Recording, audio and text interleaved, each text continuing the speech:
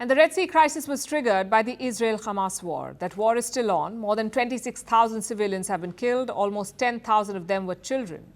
Israel has been waging war for almost 4 months, a war instigated by Hamas. They carried out a brutal terror attack on the 7th of October last year. So Israel struck back with full force, and the world supported it. After all, the country has every right to defend itself. But does it have the right to inflict terror of its own? 4 months is a long time, and it seems Israel has transitioned from being a defender of its security to a dispenser of horror. Yesterday, it crossed another line. Israel conducted a raid inside a hospital. It was undertaken by about a dozen commandos from the Shin Bet Security Service and Border Police. These Israeli officers entered the hospital dressed as civilians. They secured and blocked the routes in and out of the place and proceeded to move civilians out of their way. Security camera footage from the raid has been leaked. You can see the Israelis dressed as medical workers and women. They even carried wheelchairs and bassinets as props. The Israelis then went to their targets, 3 Palestinian men. All 3 of them were killed. They killed the 3 youth, Basil and Mohammed al-Ghazavi and Mohammed al-Jamna, in their room while they were sleeping on their beds in the room. They killed them in cold blood with direct gunshots to the head. He said direct gunshots to the head, allegedly from silenced pistols. The aftermath seems to confirm the story. Pillows with bullet holes, fold-out chairs covered in blood. The targets did seem to be sleeping when the attack took place. And this is where things start getting murky, because what happened here sounds like an assassination. Not a raid to capture, but to kill. It gets worse when you hear the details. The raid did not take place in the Hamas-controlled Gaza Strip. It was in the West Bank.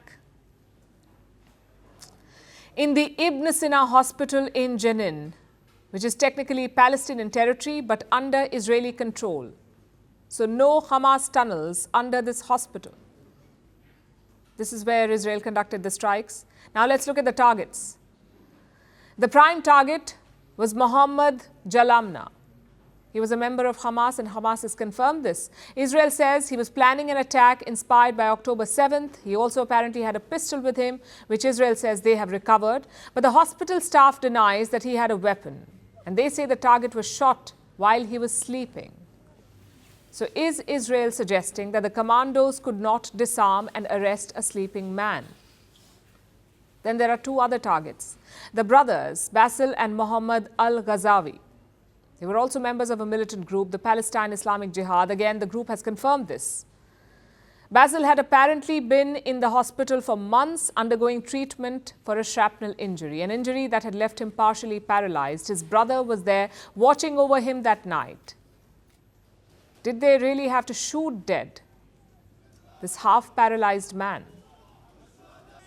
It was clearly a planned assassination, and that too at a hospital, which is a war crime. There is no other way to put it. The International Committee of the Red Cross seems to agree. They put this up today, saying that hospitals are off limits.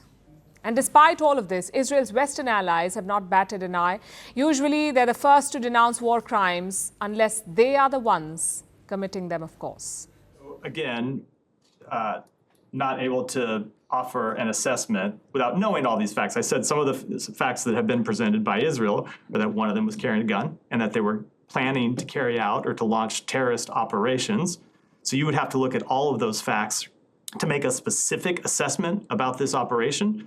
But in general, we do want to see hospitals protected. It is important that no civilians were harmed in this operation.